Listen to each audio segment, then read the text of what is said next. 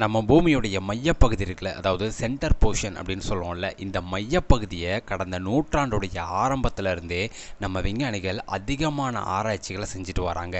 நம்ம ஏற்கனவே ஒரு பதிவில் போட்டிருக்கோம், நம்மளுடைய பூமியுடைய மையப்பகுதியானது அதோடைய வேகத்தை குறைச்சிருச்சு, அதாவது அதோடைய சுழற்சி வேகம் குறைஞ்சிருச்சு அப்படின்னு சொல்லிட்டு விஞ்ஞானிகள் ஒரு பகிரங்க தகவல்களை கொடுத்துருந்தாங்க அப்படின்னு சொல்லிட்டு நம்ம ஏற்கனவே ஒரு வீடியோவில் போட்டிருந்தோம். இப்போது ரீசெண்டாக வந்திருக்கக்கூடிய அப்டேட் என்ன அப்படின்னா, விஞ்ஞானிகள் நம்ம பூமியுடைய மையப்பகுதியினுடைய வேகம் குறைஞ்சது மட்டும் இல்லாமல் இது அப்படியே ரிவர்ஸில் சுற்ற ஆரம்பிச்சிருக்கு அப்படின்னு சொல்லிட்டு ஒரு பகிரங்க தகவலை கொடுத்துருக்காங்க. கடந்த ஜூன் 12 வெளியான நேச்சர் அப்படின்னு சொல்லப்படக்கூடிய ரொம்ப பிரபலமான ஒரு ஆய்வு இதழில் வெளியான ஒரு கட்டுரை மூலமாக தான் இந்த விஷயத்தை உறுதி செஞ்சுருக்காங்க.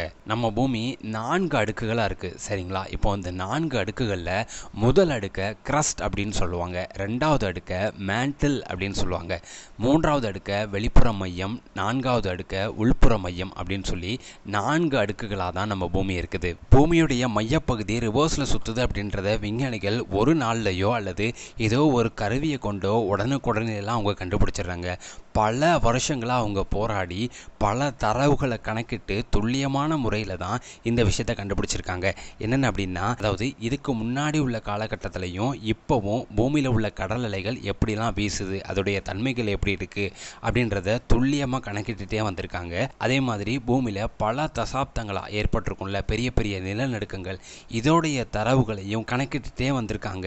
ஸோ இந்த தரவுகளெல்லாம் தெளிவாக கணக்கிட்டு தான் பூமியுடைய அடுக்கில் உள்ள மையப்பகுதி எதிர்புறமாக சுழல தொடங்கியிருக்கு அப்படின்றத கண்டுபிடிச்சிருக்காங்க விஞ்ஞானிகள். ஸோ பூமியுடைய மையப்பகுதி எதிர் திசையில் சுழல்றதுனால நம்ம பூமிக்கு என்னென்ன பாதிப்புலாம் ஏற்பட போகுது அப்படின்றத நான் அடுத்த பதிவில் சொல்கிறேன். ஸோ எது எப்படி இருந்தாலும் நம்ம பூமி அழிவு பாதையை நோக்கி போய்கிட்டு இருக்கு அப்படின்றதுல எந்தவித சந்தேகமே இல்லை. ஸோ இந்த வீடியோ பார்த்தீங்கன்னா உங்களுடைய கருத்துக்களை தாராளமாக கமெண்ட்டில் சொல்லுங்கள். இதே மாதிரி பல சுவாரஸ்யமான தகவலோட அடுத்த வீடியோவில் உங்களை சந்திக்கிறேன். அது வரைக்கும் தெரிந்து தெளி சேனலோட இணைந்திருங்க. நன்றி.